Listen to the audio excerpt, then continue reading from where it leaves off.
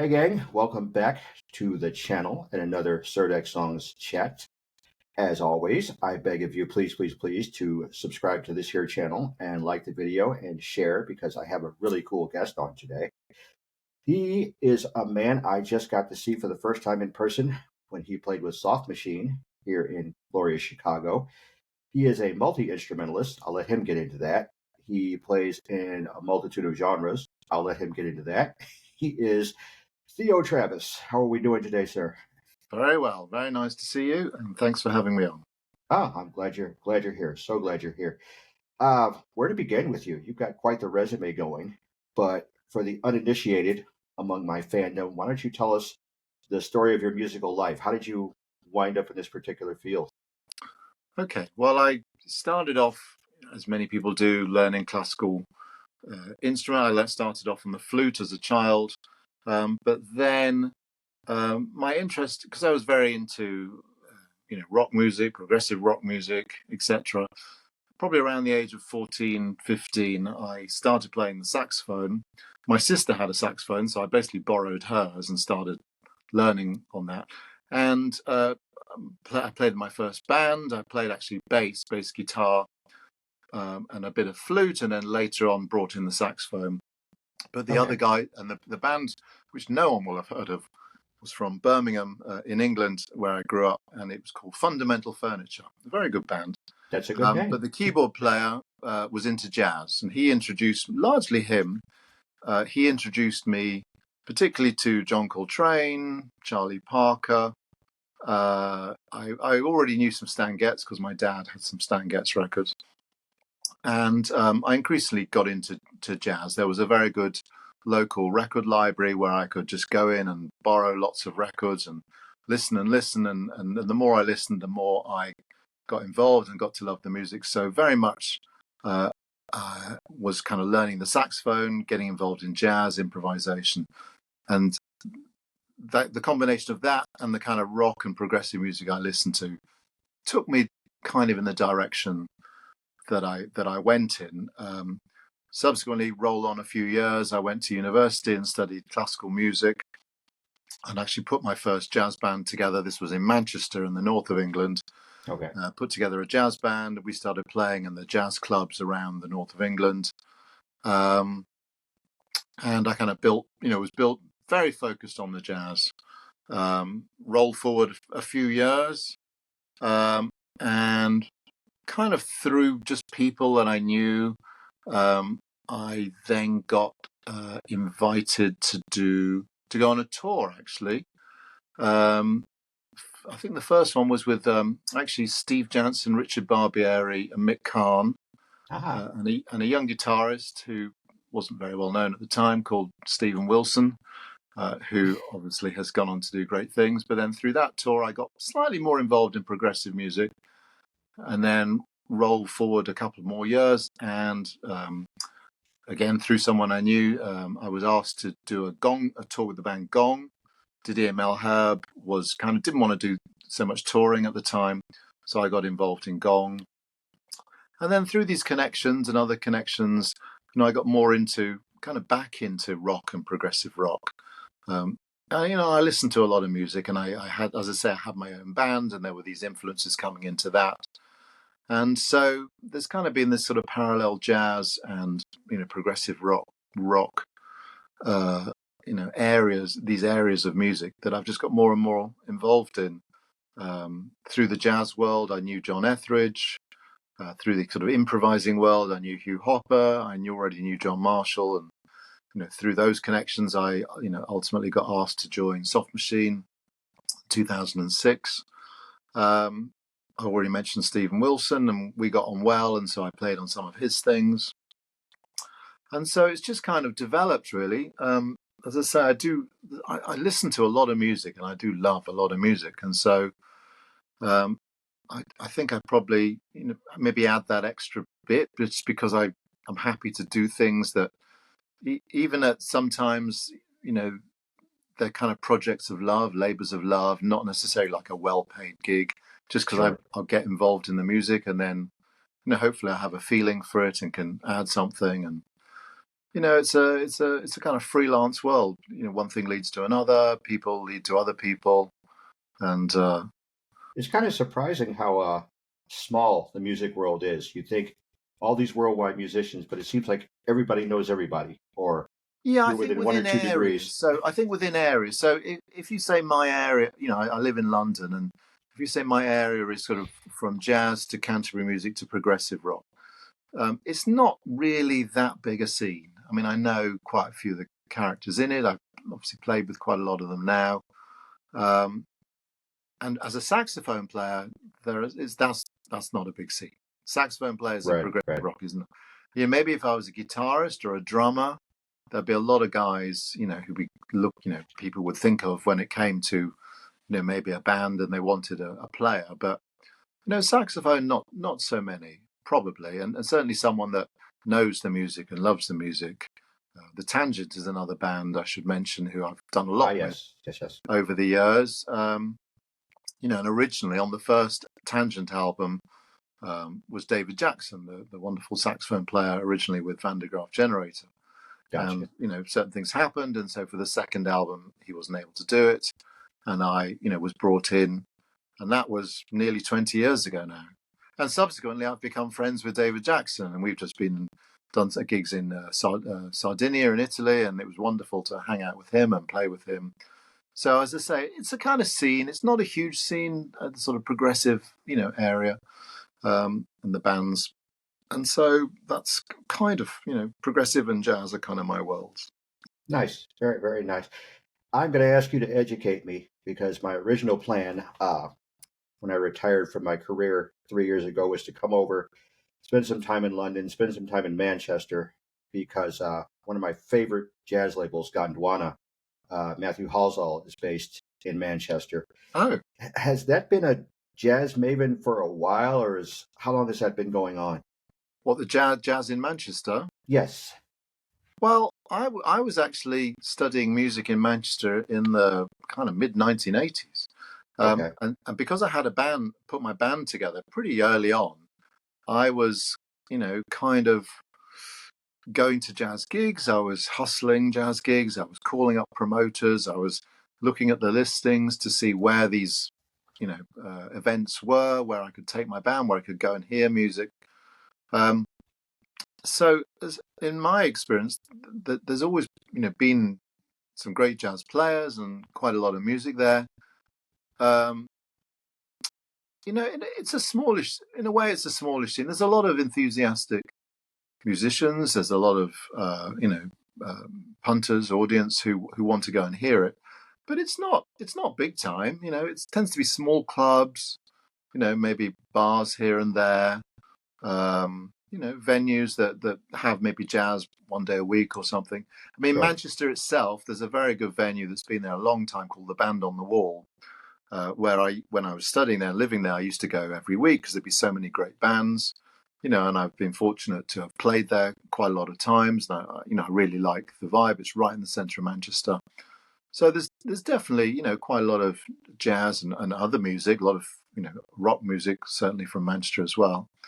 But it's not a huge scene. I wouldn't say it's a huge scene, but you know, there are good players and certainly interest in that area of music.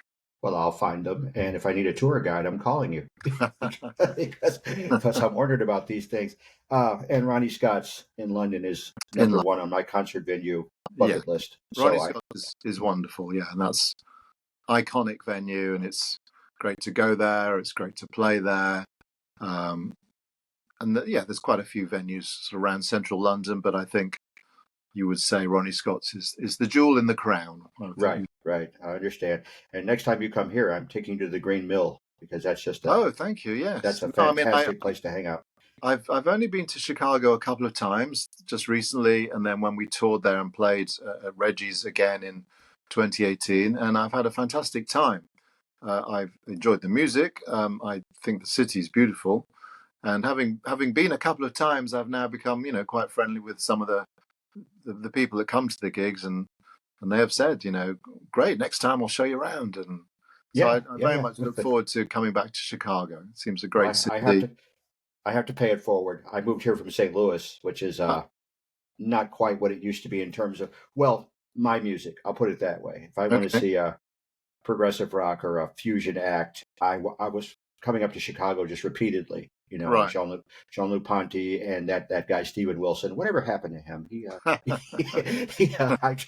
I'm sure if he practices, he'll come back around on the scenes sooner or later. I come up here for various gigs, and I've just finally decided let's eliminate the Yeah. middleman and just come up here. But a friend of mine introduced me to the Green Mill, which if I understand Okay. correctly, is one of the oldest jazz clubs in North America. Al Capone used to hang out there, Oh, wow.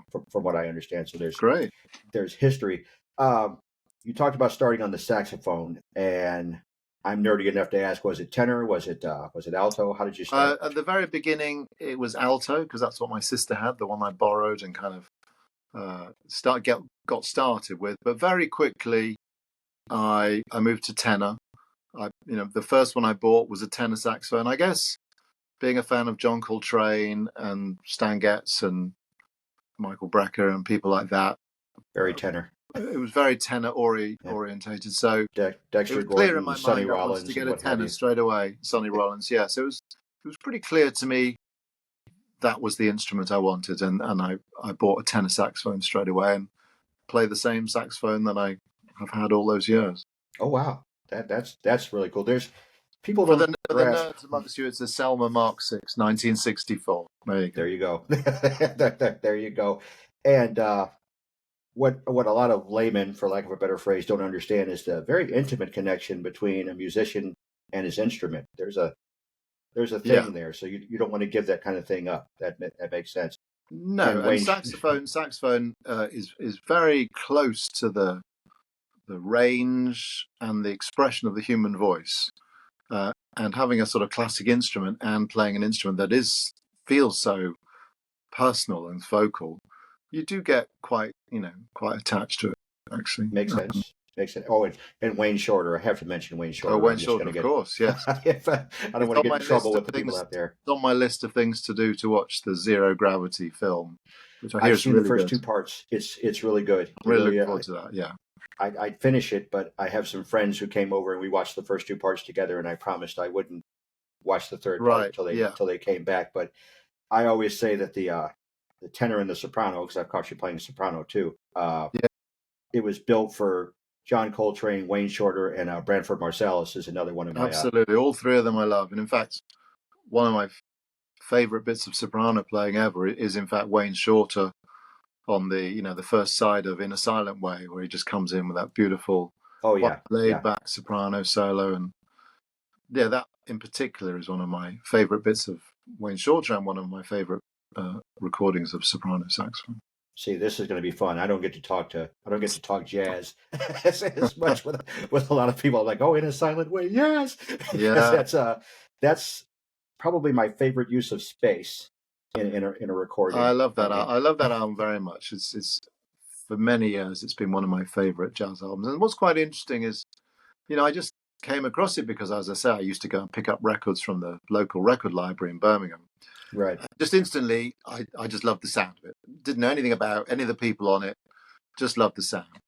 Yeah. So in all the years where I kind of listen to it and then I leave it, put it to one side and then come back to it, all of a sudden I know more about the people. I know more about, Dave Holland, and I know more about, all the different pianists, Herbie Hancock and Chick Corea and Keith Jarrett, and then how they work together. And then I'd hear the story about, Tony Williams is on that side, the whole side one, where he's literally just playing on the hi-hat.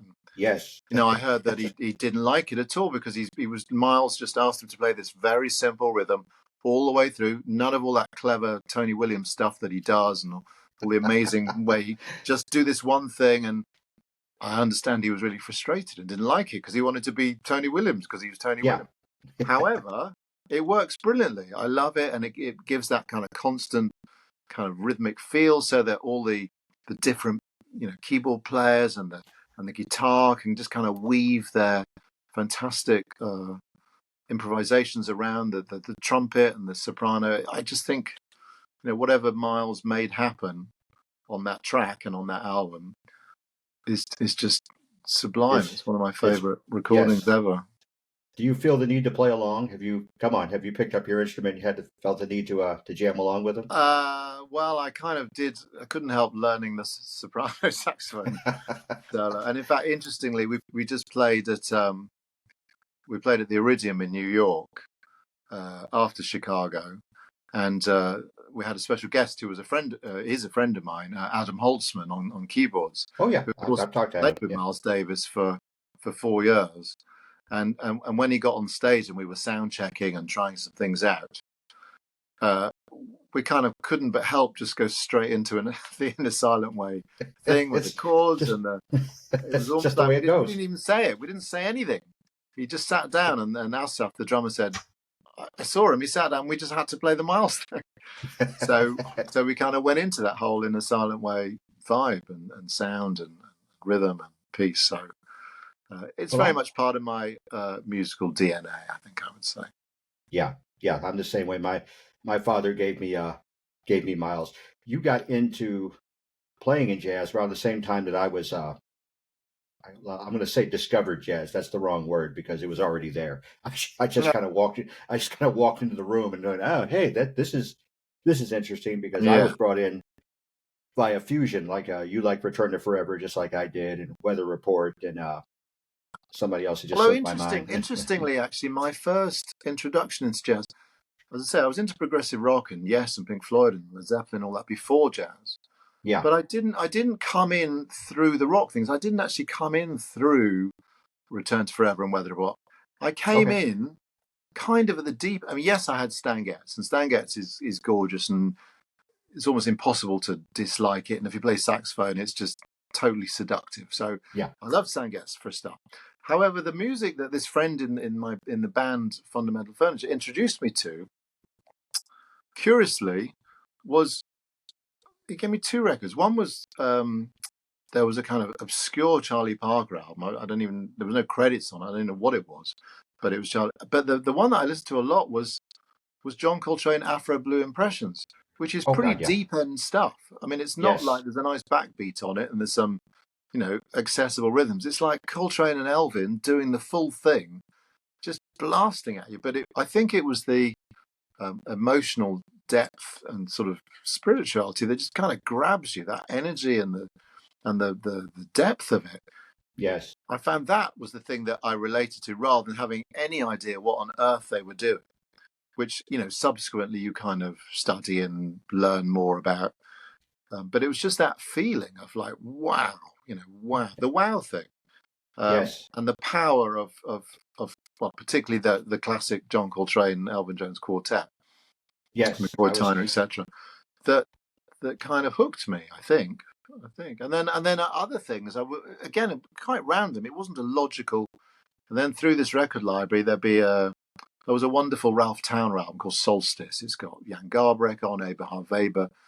Not that accessible, pretty out there, but just a gorgeous sound. And again, just totally taken over by it. What on earth is going on? What is this about? I have no idea, but I love it, and I'll listen to it again and again. Yep, I'm going to stay here until I figure it out. For me, when you talk about Coltrane and that quartet, it was Live at Birdland that absolutely just ripped me to shreds. I mean, the record was recorded 30 years before I heard it for the first time, and here I'm sitting in my living room just yelling at the speakers just to encourage them to go on. It's just and of course, I love Supreme, which is that's required. Amazing, absolute classic, and it's got the different, the 4 different pieces and different sort of sounds with, and just very emotionally engaging. I think that's what appealed to me. It's just absolutely amazing the talent that was going around during that scene in the 60s. It's just alarming. Miles Smiles is I mean, everybody comes in with Kind of Blue. That's just kind of the rules. You have to start there, though. Actually, the first record I heard was Tutu, but which I recall correctly. I mean, I know Miles Smiles. I didn't come in on that one. I came in on, I think, around the time when I first played in a band and was first playing with this band and as I say, was introduced to jazz, was when Miles was reappearing, sort of 81. Yes. So one of the first gigs I went I like that one too. One of the first gigs I ever went to was Miles in London at the Hammersmith Odeon. and Man with a Horn had just come out. So Right. I knew Man with a Horn before I knew Miles Smiles. I probably knew it before I knew Kind of Blue.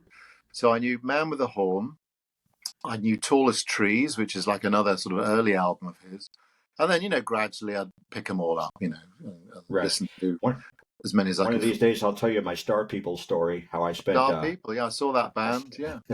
Oh, see, I'm just jealous because I wanted to see that band. His latest bootleg series album, that era of band is playing, and they are just monstrous. But it's a Yeah, completely different sound from Kind of Blue or Miles Smiles totally. or anything like that. I mean, Totally. but Well, that whole kind of 81 to 86, period was yes, just absolutely see, amazing. we do have to hang out because we have that same mindset. Yeah, just no, it before was the poppier stuff kicked in, we need to. yeah, yeah. But, I mean, I adored We Want Miles. I just thought it was oh just, yeah, it was almost like its own genre of music because, yes, there's backbeat and there's all the space in the world and there's lots of improvisation, but, but what is it? There's not kind of like a heavy drum, beat going through it. There's just Al Foster kind of, so it's like the whole thing sits on Marcus Miller's bass line and everything yes, else just kind of floats and improvises around. I can't think of other music since then that kind of does that in the same way. I adored the way Bill Evans played in that band.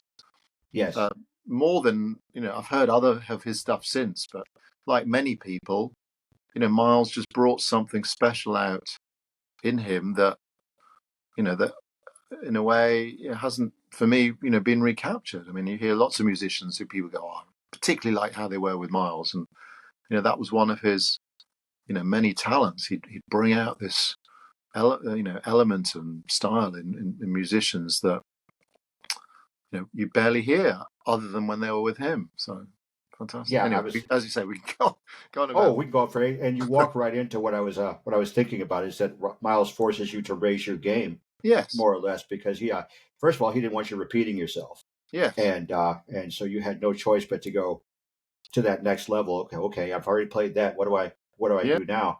And as an amateur guitarist now, I've become quite a fan of like Mike Stern and John Scofield Oh, totally, yeah. and what have you. And you could just tell they were in the zone. You talk the man with the horn. Miles didn't have his tone yet, so I think he was kind of leaning on the other musicians. And so I didn't hear Yeah, a tune like Fat Time. I think more about Mike Stern than I do yeah. about Miles. Like That Stern, solo. but yeah, but the whole thing, in a way, he's kind of like the icing on the cake, but it's such a great cake. That it is. Just for fun, is there anybody from that era you would have loved to play with? um, well, interesting. I mean, I love all those players. Yeah, because you could do it. I know you could.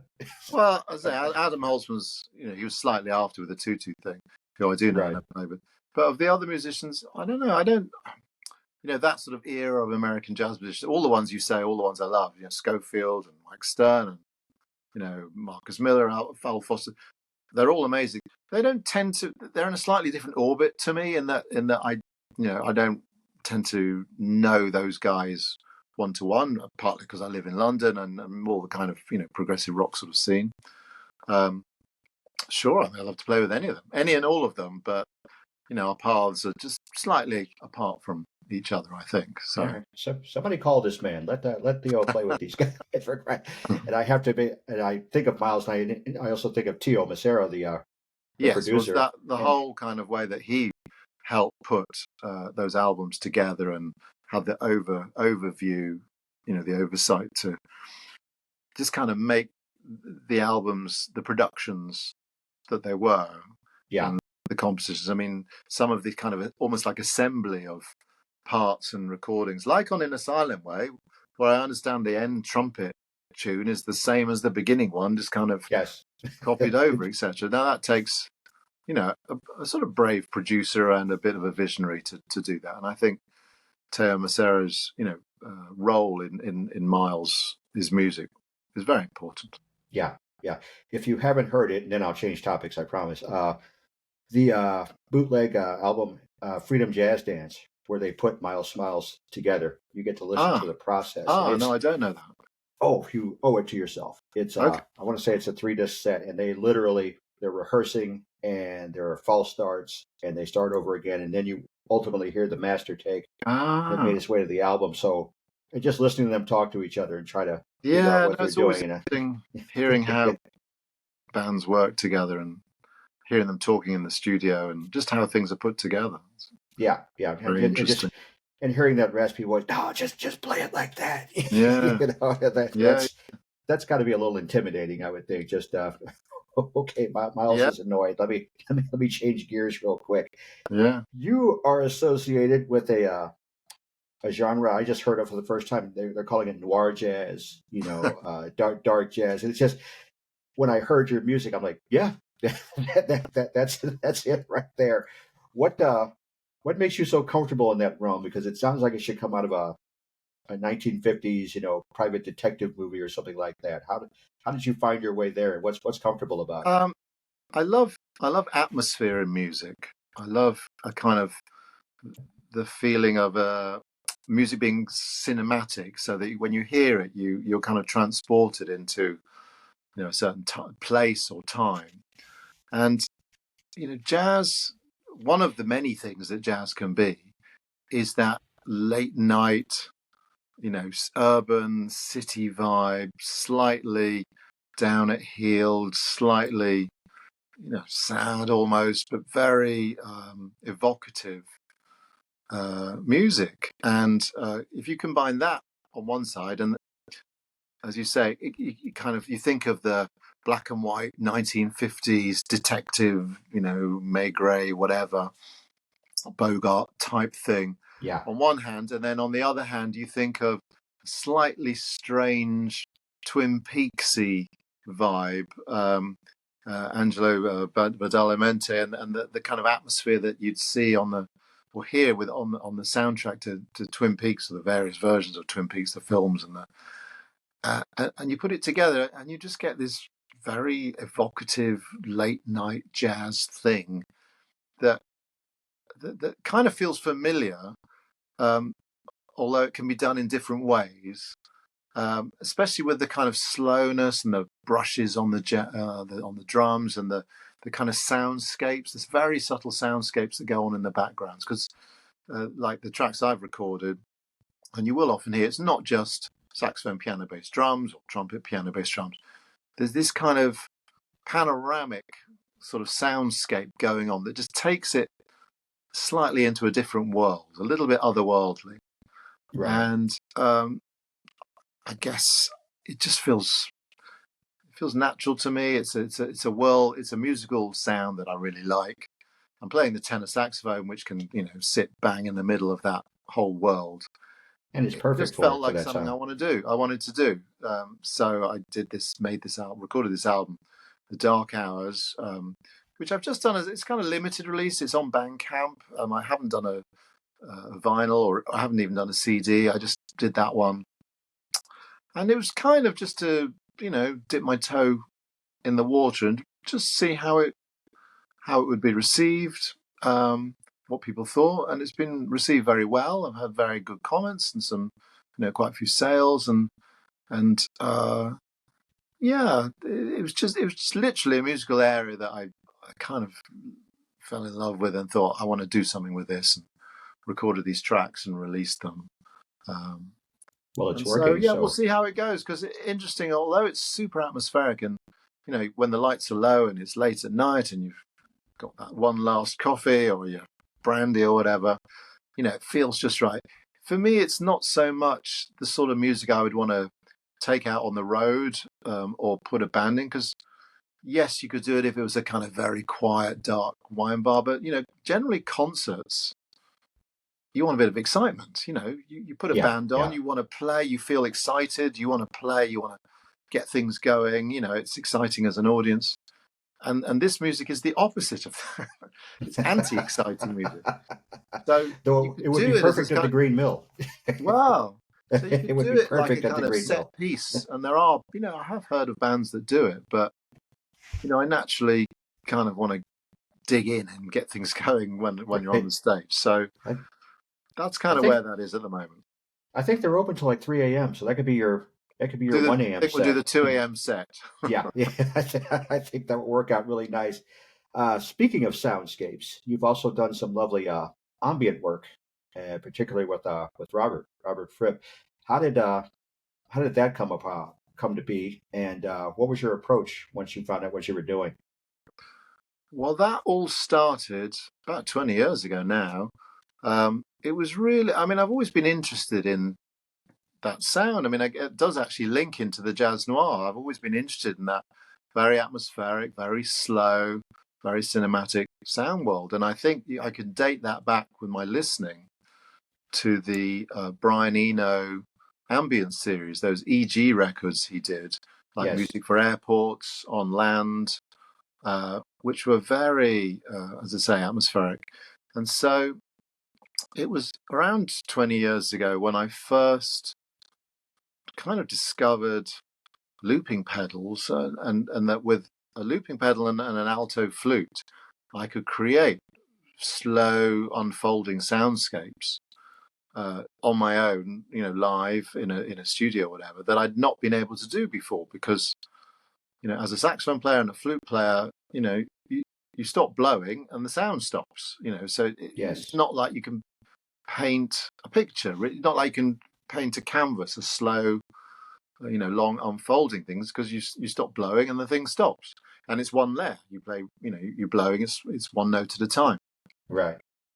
However, with looping pedals, all of a sudden I can create layers and layers and layers, and they can just kind of roll on, like, almost like clouds, just turning and turning, and layers building. So all of a sudden I have the facility to kind of perform and create ambient music. So again, as soon as I discovered I could do that, I had some studio time that was owed to me. I went straight in the studio and just did a load of recordings that I then instantly released on my own label, Ether Sounds, and I did the album that's called Slow Life, which is purely alto flute and looping and that sort of world. And that kind of started me off working in the kind of ambient world. So that was 2003 that came out. And I did some performances, literally solo, sometimes outdoors, sometimes indoors, sometimes in beautiful spaces. And through that, I was working with other people because, collaborating with other people. For example, there's a bass player, I don't know if you've heard of him, called Steve Lawson. We did an album together. He was very involved in sort of looping and soundscapes. And then I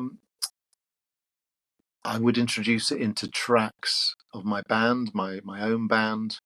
And I was doing an album sort of 2006, and I thought, well, I've been a King Crimson fan for a long time, fan of Robert Fripp's music, and he, with his Revoxes, does his soundscapes. I thought, yes, I'll get in touch. In fact, there were two catalysts to me trying to get in touch with Robert.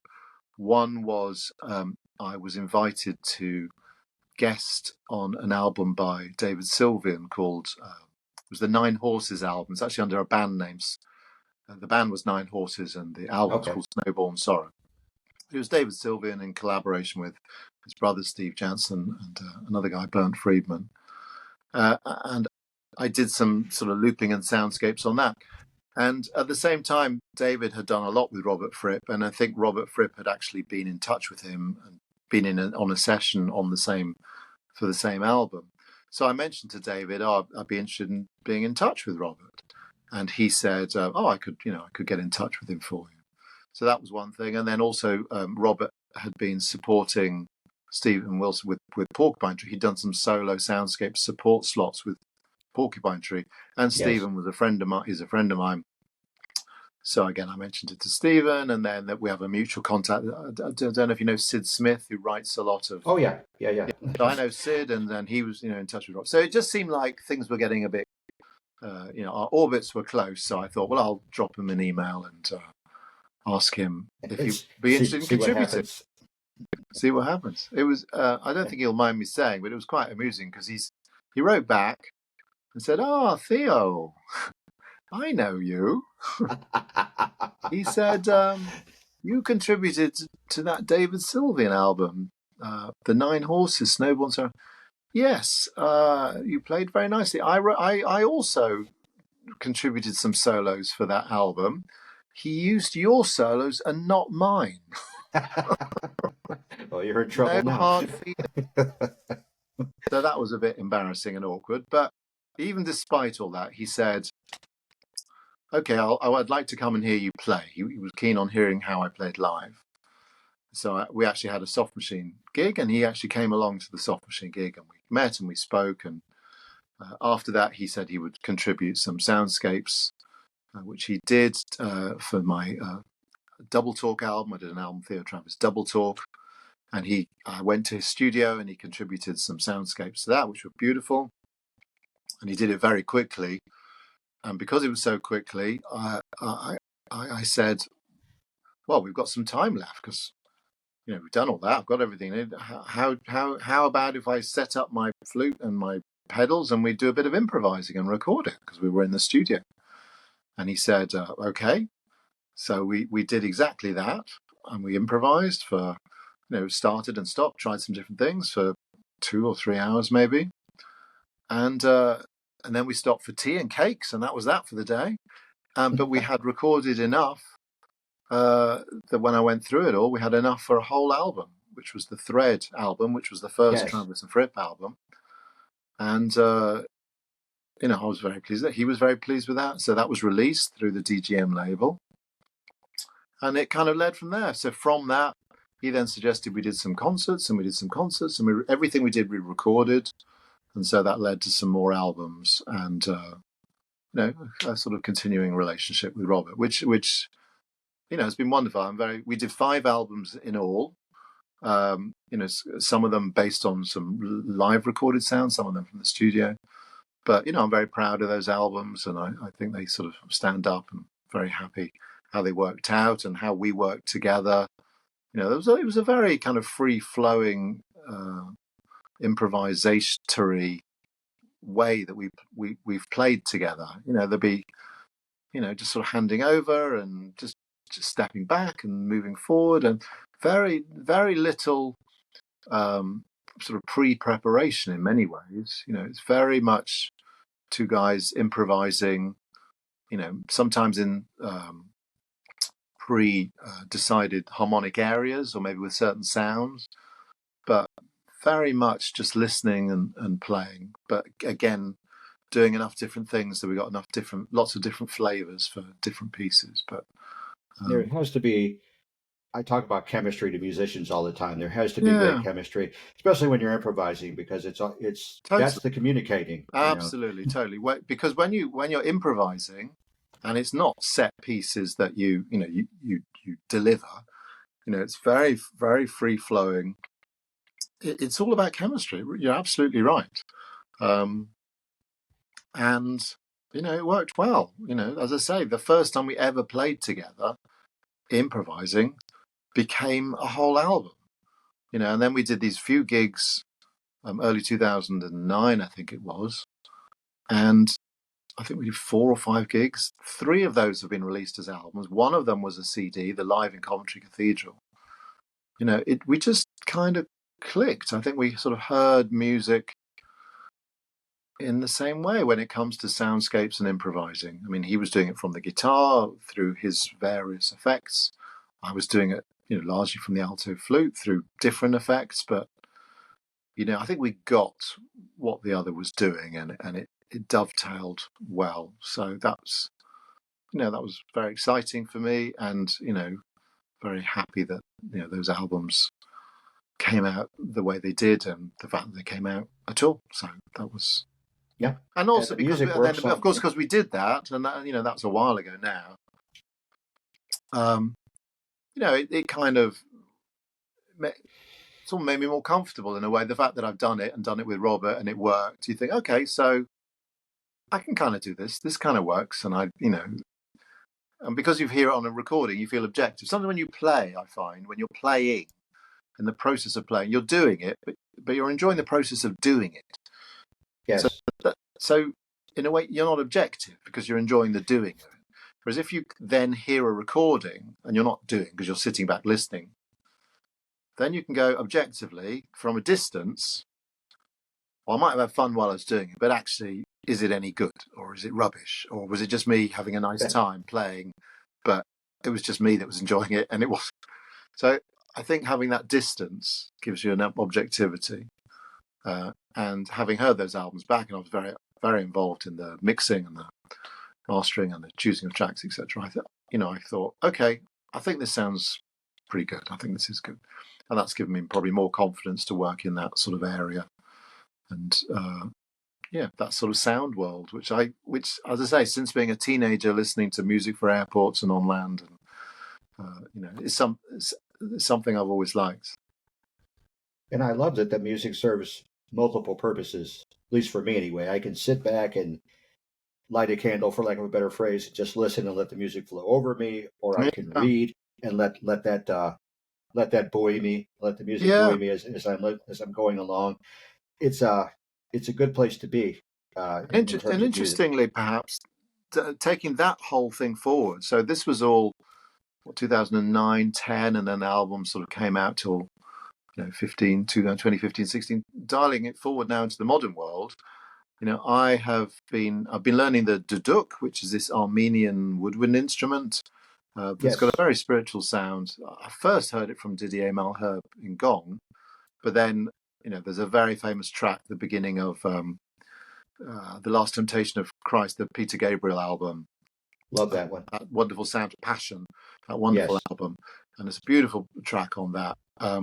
And through that, and generally, to be honest, during lockdown, during COVID, I taught myself this instrument and got more involved in it. And in the last couple of years, I've been making tracks on YouTube, kind of meditation tracks.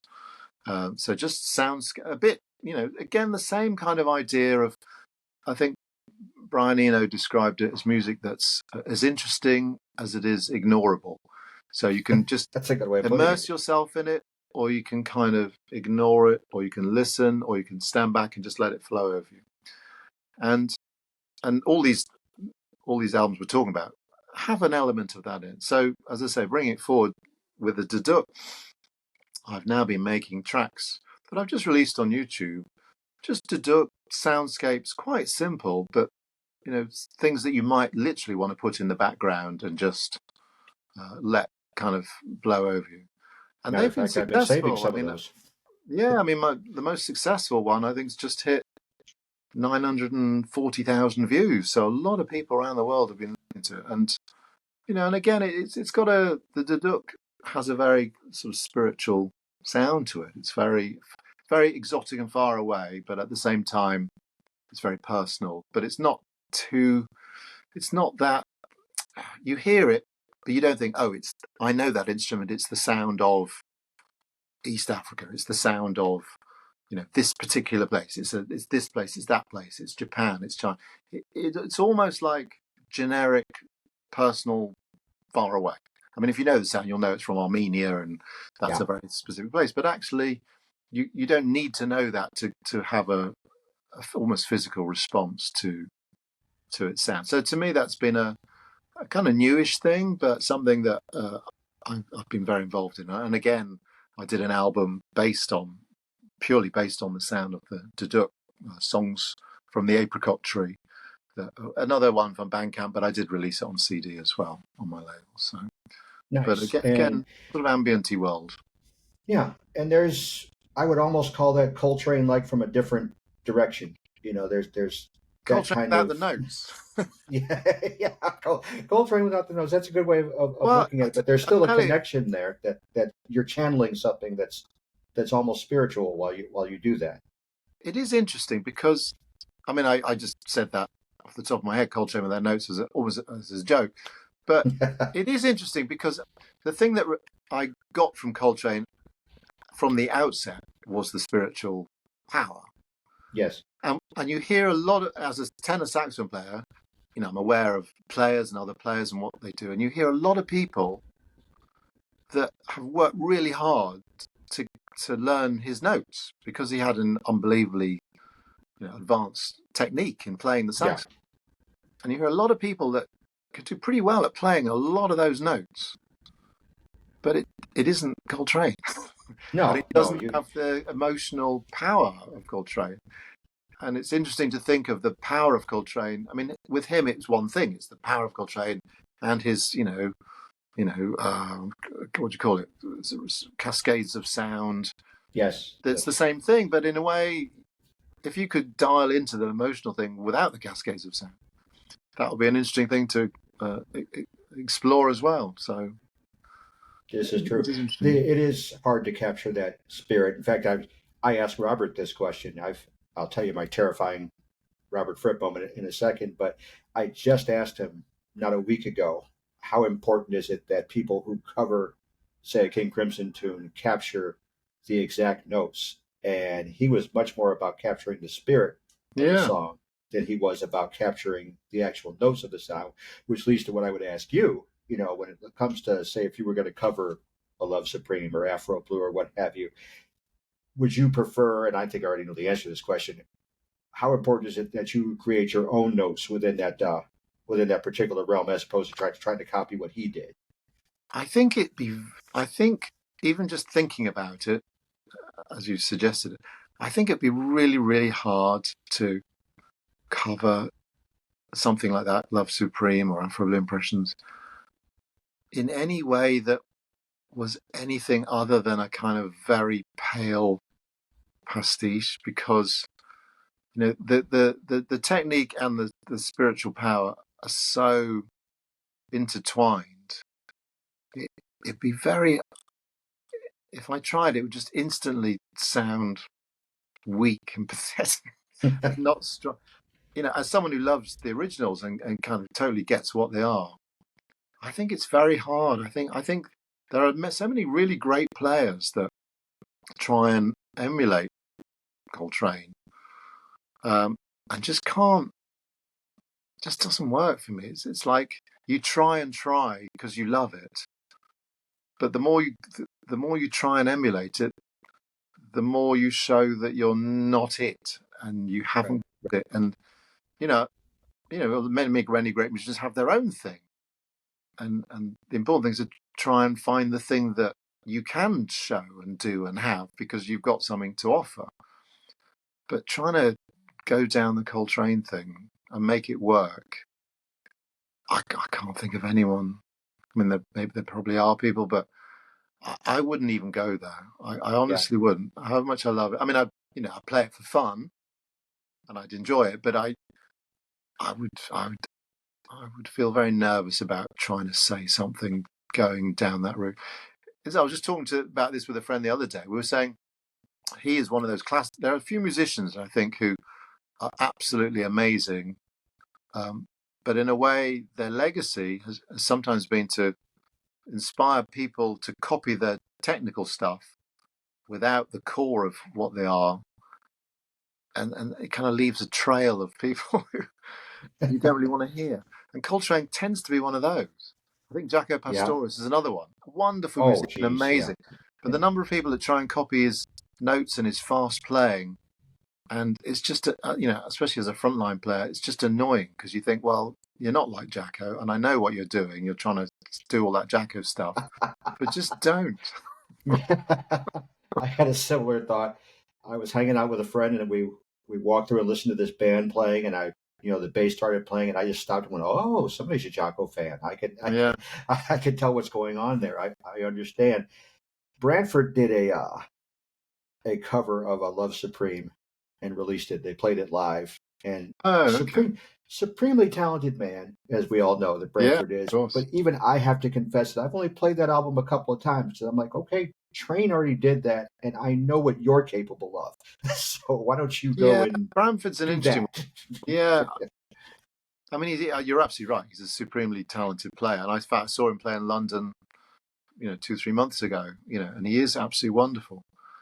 But he's different from Coltrane. He's different. I mean, I loved it. I love a lot of his stuff he does. But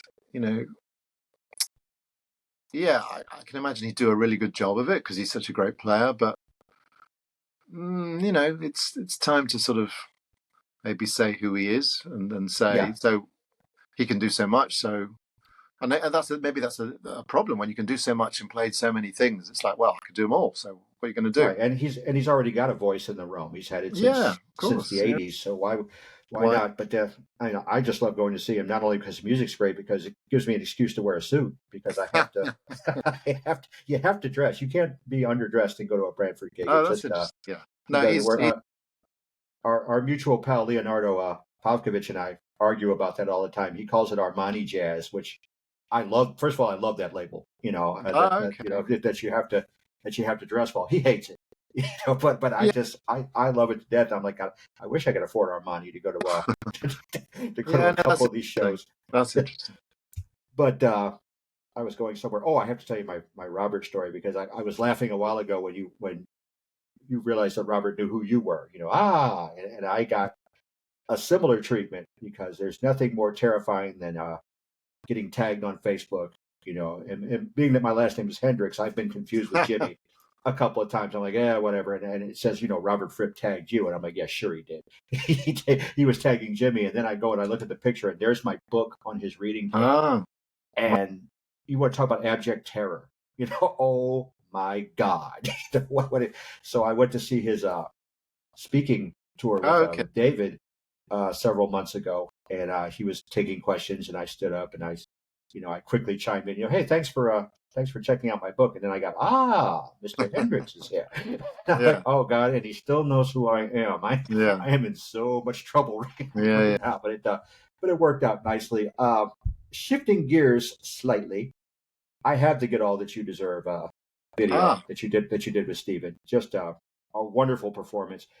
Some of that music gets so heavy, and hearing your soprano saxophone weed its way through that wonderfully, mind you. You do a great job with it. What was going through your mind when you realized that you had to cut through a mix that heavy? Because there's a lot of sound coming off that stage. well, in a way, that's not my job. In a way, I play what I think fits the music, and because I'd already done the sessions on some of those tracks, like Raider 2, for the um, Grace for Drowning album. Yes. And I guess because that had worked and Stephen had liked the way the saxophone fitted with his tracks, he'd kind of decided what the picture was. And then when we went on tour, it was a case of, okay, we know what the picture is. It's these tracks from Grace for Drowning with the soprano, etc. And so we're going to take that on the road and do it live. So soprano sax is not a loud instrument. So compared to thundering guitars and drum kits, I'm going to lose. I got no chance unless the sound man says, okay, that's the picture. We're going to make it sound like this. We're going to make this cut through. I'm going to balance it like this. And then for the recording, for the DVD, Stephen obviously would get involved in the mixing, etc. So making it cut through, I can only play the way I play, for the music. We'd all have monitoring, etc.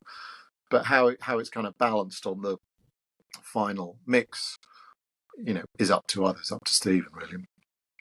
But I was very much enjoyed the way that the soprano sax was kind of in that music. And I remember when Stephen made the Grace for Drowning album, one of the things he used to talk about was how he wanted to do a really heavy album, but instead of having the normal heavy electric guitars, he wanted to make it sort of dark heavy by using things like clarinets and saxophones and woodwind and Okay. kind of sort of almost like reimagining how you make something dark and heavy. Because there's the cliche, you have lots of super loud, distorted guitars and heavy drums, and that's been done many, many times. And being the sort of interesting composer, producer that he is, he was looking for something a little bit different. And also, I think around that time, I think this is right, he'd been involved in the remixing the King Crimson catalogue. So he'd been hearing things like lizards and islands and all that sort of very interesting use of woodwind in rock. That might have been connected as well. So I think it was very much his vision, and the fact that it sort of works. And I personally think it worked really well in like Get All You Deserve. Funnily enough, someone on I think Facebook or YouTube one of those tracks popped up the other day, and I hadn't seen it for years and years. And I kind of reminded myself what that band was live. And I think it was a very special band. I mean, I think it was really interesting music. I think there were some great albums that, you know, tracks were being played live. It was a fantastic band, and, you know, and Big Stephen being Stephen, it was all done supremely well. So, you know, when I look back and hear, you know, maybe one of those soprano sax solos in one of those tunes, I think I like that. The adjective that came to mind for me was monstrous. That band was a monster, and I mean that in the most supremely complimentary way. You know, kind of like if Miles or Branford complimented you by saying your music was a motherfucker. That's a supreme. That's a supreme. Thank you. That's a supreme I think as compliment. time goes on, people kind of look back, because just, I guess, maybe what people have done since that band. So, you know, obviously Guthrie Govern's, you know, a phenomenon. He's done all sorts of amazing things, and Marco Miniman. So, yeah, you know, and they've kind of moved on doing what they've done, but they're, you know, amazing musicians, and, you know, they were in that band at the time. Adam and Nick Beggs are still, well, Steve's not touring at the moment, but the last tours they were still involved very much in the tour. And, you know, I think because there's been less woodwind in Stephen's live stuff, you know, I haven't been involved in anything live for quite a long time, although I didn't. But although I'd recorded on the, you know, the latest album, and he incorporated some for that. But I think it was you know, with Marco and Guthrie and Nick and Adam and Steve, it was a very special band. And I'd say I particularly enjoyed playing some of those tracks from Grace for Drowning, Insurgentes, and then The Raven. How much leeway does Stephen give you in terms of what to play? Well, the way it's tended to work is I go to his studio and we try various things. So in the recording process, he'll say, try this, try this, try this. So we try lots of different approaches. And so in terms of the leeway and record in what to play, he's basically asking me to try lots of different stuff. Where it comes down to what it finally becomes is because he'll listen to lots of different takes and recordings, and, you know, in his, you know, as a producer, he will go, I like this, and he'll, you know, select what he wants for a certain part of a song, and then once it's becomes the recording, then that's what it is. It's not so much that he knows it's going to be exactly like that and he wants me to play like that at the outset. It's more like, we'll try some stuff, and from that I will then work out exactly what I want, and the production and the composition and the recording becomes what it is. And then, you know, if there's going to be a live performance, you probably, you know, try and recreate that, or, you know, something similar. I mean, they're all improvised solos on Get All You Deserve, but, you know, within parameters, I think you'd say. But certainly I'm not playing when it comes to solos, I'm not playing note for note what I did on the record at all. They're improvised. Nice. And it's more creative that way. As a fan, when I listen to a band like that, I think to myself, okay, I want these guys to make a couple of records. I want to hear where this is going to go. But Stephen is one of those musicians who, kind of like Miles, he'll change direction on a dime. Yeah. So is it a letdown? Is it disappointing for you sometimes when you realize that you're not going to be able to go forward with an artist like that? Or have you done the same thing and you've kind of pivoted into your own thing? I don't find it a letdown. I think maybe I either operate in the same way, or, you know, I just know that Stephen's one of those people that is constantly looking to do new and different things. And so if it involves me, great. If it doesn't, okay, that's what he's doing. It's not like it's my full-time job playing with Stephen Wilson, and if suddenly he does something different, it's like, oh damn, I'm not in the band anymore. It's right. More of a case of, you know, he's doing this and it involves the woodwind, and he's doing this and it doesn't involve woodwind. So, and yeah, I mean, I'm involved in lots of different things as well, you know, whether it's playing with someone like Stephen, or, you know, doing the soft machine stuff, or doing my jazz noir things, or working in other, you know, areas of recording or writing. So it's not like I see one thing as the thing I want to be doing all the time, and I'm very upset if it suddenly stops. It's like things are starting and stopping all the time, and ultimately I just like to be involved in quality music, and if it particularly interests me, like it's an area of maybe progressive jazz or jazz noir or a recording that someone's doing something particularly interesting, then that's great. That's kind of how I see it. That's fair. That's fair. Speaking of Soft Machine, because you knew we were going to get there sooner or later, how long did it take you to get really comfortable within the confines of that group? Because they've been around for a couple of minutes. When did you find your groove within that sound? If it doesn't sound too cocky, I found it felt pretty I'll allow it. comfortable. Sorry, I felt pretty comfortable pretty quick. As I said before, Soft Machine, I've been involved in a lot of jazz. I've been running my own bands for quite a long time. I have been involved in rock things, whether it's gong or other rock things before that. And I knew, because I was playing with John Etheridge and John Marshall and Hugh Hopper, it was more that I was playing with them.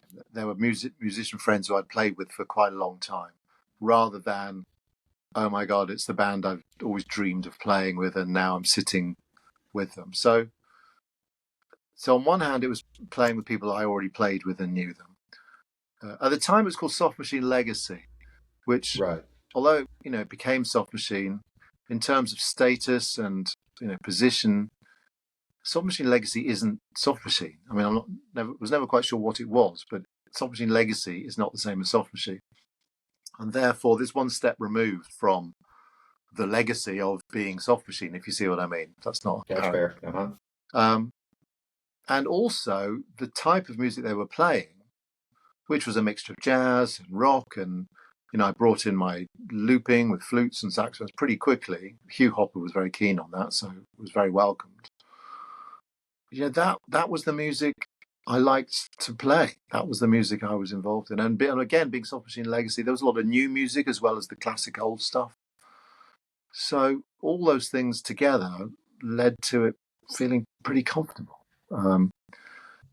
I'd say, if there was a band if you think, my God, it's a legendary band with a big legacy, how did you feel about joining that?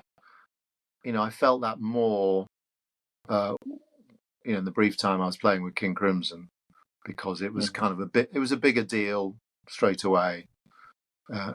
Also, I was playing keyboards in that rather than woodwind, which is another matter anyway. But so I'd say I certainly felt it more in that situation. But Soft Machine Legacy, which it initially was, it was actually another. So Soft Machine Legacy, I joined 2006. I didn't drop the Legacy tag for about 9 years. And then it was Soft Machine, and by that time I was keen that it was Soft Machine proper, as it were, because it means more. It means a lot more to many people, including people in the band.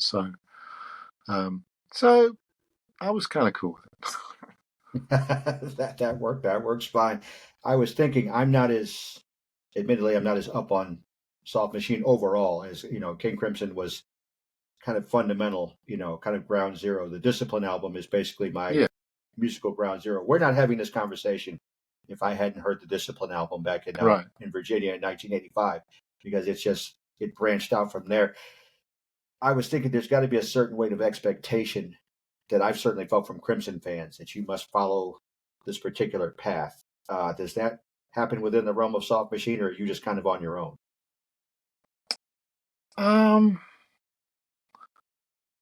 I guess I'm asking you if you're... It's pretty loose.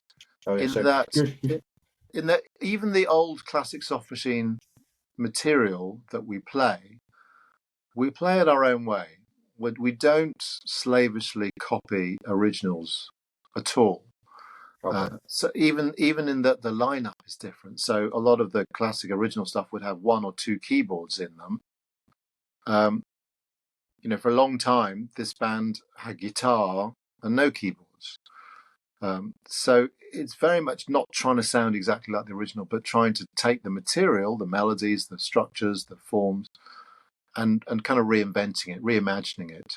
And so because of that, it slightly takes away the expectation that it has to be exactly like the classic recording, because you do it your own way. And that's definitely the way the other musicians wanted to do it. John Etheridge, John Marshall, Hugh Hopper. It was very much, we'll do it how we'll do it, and if you want to bring something to that, great. I mean, I followed on from Elton Dean, who played alto saxophone and saxello. Uh-huh. And I wasn't going to play either of those in the band, and I wasn't asked to, and I wasn't expected to. I played tenor saxophone and flute and soprano saxophone, none of which Elton had played, and that was always totally fine. And it also meant that I was doing something different and more me, and wasn't trying to emulate anything specific that had gone before me. So it was pretty open. I joined in 2006. By the end of 2006, we were in the recording studio, and we all brought music. I think I brought 3 or 4 of my own compositions, and they were welcomed. So, it was very much a welcoming, cooperative type of band from the outset for me. Nice. When you compose, you're a keyboard player in addition to a woodwinds player, and you play bass. I don't know if you play guitar or not because I haven't asked you yet. A little. but when you compose, what's your primary instrument? What do you use as your main vehicle? A combination of keyboards, and these days, because I've got music software on my computer where you can write notes and lines and then hear them back, and then even better, you can write notes and lines, and you can write multiple lines. So I could write a lead line, a flute line, I could write a guitar line, I could write a bass line, and instantly hear them all back, how they work in harmony with each other. That can be really useful. So I've increasingly used that as a compositional tool, because I can hear how it's going to sound. Right. My keyboard skills aren't that great, so I can't play like 4 or 5 different lines together and hear them all at the same time. Whereas on the computer, on the music software, I can write and then hear them all back. Maybe make a flute sound like a flute and guitar, so I get a much clearer picture of how the music's going to be, and that's really helpful before I write things out and present it to the band and say, okay, let's rehearse this and have some idea how it's going to be. So but keyboards, computer, those 2 main. Occasionally guitar. There's a new piece on the new album, Other Doors, the Soft Machine Other Doors album, that I basically wrote on guitar. It's the piece called Fell to Earth, and it starts with a guitar riff. In fact, John Etheridge often jokes that it's a bit of a basic guitar riff, and he wouldn't have written it, and it's only like it is because I wrote it on guitar.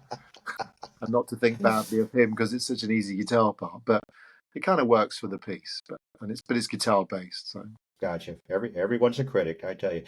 But that's all right. Do you have a preference, studio or live work? Is there one you enjoy doing more than the other? I really enjoy them both. They're very different, and I both have huge positives that I can really relish when I'm doing them. Well, I know some people that will prefer one to the other, sometimes very strongly. But I really enjoy them both, and I see a place for them both. They're very different animals, different ways of making music, whole different experience. But I do really enjoy them both. So I wouldn't say definitely one over the other, but I wouldn't want to not do either. If you see what I mean. That's fair. Two parts of the same sides of the same coin in a way. Makes sense, because I'm always fascinated by the recording process, but at the same time, I love live music because I want to see guys up there working without a net. Okay, there's no second absolutely. take. It's the real thing. When they're standing in front of you, when you're standing in front of an audience, it works or it doesn't work, and if it doesn't work, it's pretty clear. You can't get away with stuff. So when it works great, and you get that feedback of the audience's energy and response, I mean that's irreplaceable. You get nothing like that with the studio at all. Right. You just don't get that. So very different things, but I really appreciate both of them for what they are, and spend a lot of time doing both, really. Excellent. There's something else I like to ask musicians. When you're recording, you've done your recording, you go back in the control room, you sit down, you hear everything playing back. Is there a moment for you or for a band you've been in when you think, aha, we just nailed it right there? Or are you just thinking to yourself, okay, that's the best I can do there. That works for me. I think about like Radiohead doing OK Computer, or Led Zeppelin doing one of their great Yeah, records, or Crimson doing Discipline. Like, oh, we've got it. yeah. We've got it. I can, Is I there a can, moment like that for you? I can recognize both of those things. I can recognize the eureka moment when you're in the studio and you think, that's it, we got it, great. And then definitely, but then I can also recognize the thing sometimes when you think, okay, that's not bad, but there's so many things you do in the studio, particularly with layering and adding extra voices and mixing and editing, that I can kind of sometimes hear 2 stages ahead. So I'll hear a thing that's done and think, that sounds okay, but I know that when that is put through the process and the system, that's going to sound good, because I can hear what I'm going to do with it, or what's going to be done later on down the line, because you've done studio things before. And that's equally, it's not there till it's there. But again, if you know the process and know the things that you can add on or redo or work with, then it can be very satisfying knowing that you've got it. And I'll tell you something, sometimes when you when you work with people who and we're certainly not mentioning any names, when you work with people who are, how do you say, changeable. One day it works, one day it doesn't work. One day they're in a good mood, one day in the bad mood. One day they deliver perfectly, the next day everything they do doesn't quite work. When you get that down on tape, you think, got it. Because when you've got it, you've got it. And you know that some people, you can spend a whole day and you won't get it. And you'll think, come on, I know you can do it. Come on. But it's only when you've got it. And when it's on tape and you've backed it up, you're okay. So that's another studio experience that I also recognize. I could see that. I was just thinking of Elvis Costello interviewing, I want to say it was Stuart Copeland, when he had a Spectacle, his BBC show, and he was talking about how you could say to some person, you'd hear what they've recorded. He kind of look at you. You're happy with that? That's the best you can do, then, is it? And Stuart was kind of laughing, like, we didn't do passive aggressive in the Police. And I kind of wonder if you ever had that mode when you listen to somebody else playing, like, that's it then. All right then. I'm not sure. I mean, the other thing is, sometimes you record things and listen to them and you don't instantly know, because often the music I've been involved in is very improvisation based. And sometimes you have to listen to something a few times before the penny drops. Or you hear it once and you go, I wasn't expecting it to be like that. Yeah. And then you might have, maybe, especially if it's a group improvisation, you might have no expectation because it's improvised. You know what it's going to be. So you're listening and you think, is it good? Is it bad? Do I like it? Do I not like it? And it can take a few times before you even know, because music can be like that. If it's not something that you had totally prepared and you're just trying to get it down exactly as it was supposed to be, but it's something new and improvised, it can sometimes take a short time to gauge your own response. Or sometimes you have to, you might have had a busy day or there's something else going on, so you need to leave it for a day or 2 days or even a week, and then you come back and go, you know what, I really like that, that's really good. So there's all sorts of different things that can happen in the recording process between recording, as I say, especially if it's improvised or there's elements of improvisation, and deciding it's great or it's no good, or it's okay, or we can work with it, or it wasn't what I expected, but actually I think it's brilliant.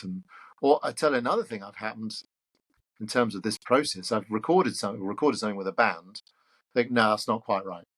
We'll do another go. And then you go into the listening booth, the control room, with the rest of the band, and you sit back and listen. And, say there's 4 of us or 5 of us, and 4 of the 5 go, that's fantastic. That's absolutely amazing. And you're thinking, but I didn't think I liked it. And then you can kind of be persuaded sometimes that something you thought wasn't what you were after.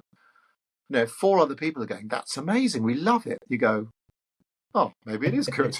Yeah, you're thinking, that's all right. You reminded me of that happens as well, you know. So many different things. It's things are never as fixed as sometimes you think they are or should be, or what you thought they were when you thought you knew what you thought the fixed thing was. It can be a changeable feast, and you know, that can be a lovely thing, because sometimes things were outside maybe what you expected end up being something you really love, you know, and lots of people maybe respond really positively to. So it's an interesting process, and it can be many different things. It sounds like it. You reminded me of Mike Stern when he played with Miles, and he played a particular solo, and he kind of walked off like, that's just crap. And Miles just sort of says, fuck you, it's going on the record. it's because I guess it was okay then. So I have had you on the hook for a while, so let's ask you what's and I'm having fun. That's that's part of the deal. What's next for you? What's down the road? Okay, so the main thing really at the moment is the Soft Machine touring. So we obviously came to America and Chicago, and we're going to be coming back to America, I think the West Coast next June. Leonardo's sorting some of that out. And then hopefully a few gigs on the East Coast and maybe into the middle again, because we had our visa issues, which meant that the recent tour was shorter than it should have been. So I think Leonardo's going to be sorting out a couple of extra or certainly an extra trip to America, which would be great. We've got some European dates coming up. We've got another British tour in February. So there's quite a lot of Soft Machine touring, which is great with the band and promoting the new record and our other records. But then also, I'm always kind of writing in the studio. I have albums I'm working on. I collaborate with people in terms of composing in the studio. So I've got a couple of projects like that I'm working on as well. And just generally working on my saxophone and flute playing and duduk, and I've got my YouTube channel. Try and put new things up on that from time to time. So there's quite a lot between the Soft Machine and everything else. There's quite a few things going on. Certainly early next year, I think, as well. And I'll be looking forward to a bit of a break around Christmas, I think.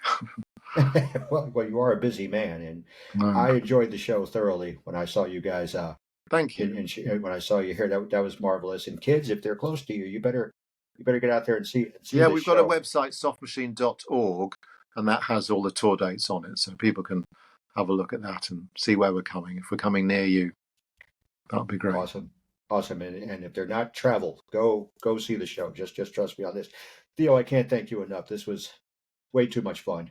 No, thank you very much. Good to hook up at last. Yeah, we've kind of I have to humble brag, because when I first met Theo in person at the show, and he walks up to me and says, "You're a legend," and I'm looking behind me like, who is he? who is he talking about? Because he's not talking to me. You are very good for my ego, and I appreciate that thoroughly. Pleasure. And, we will see you down the road, and I'm serious. We're going to the Green Mill. This is going to be a pleasure. This is really pleasure to talk to you, and thank you. Thanks. Same here. Take care. Take care.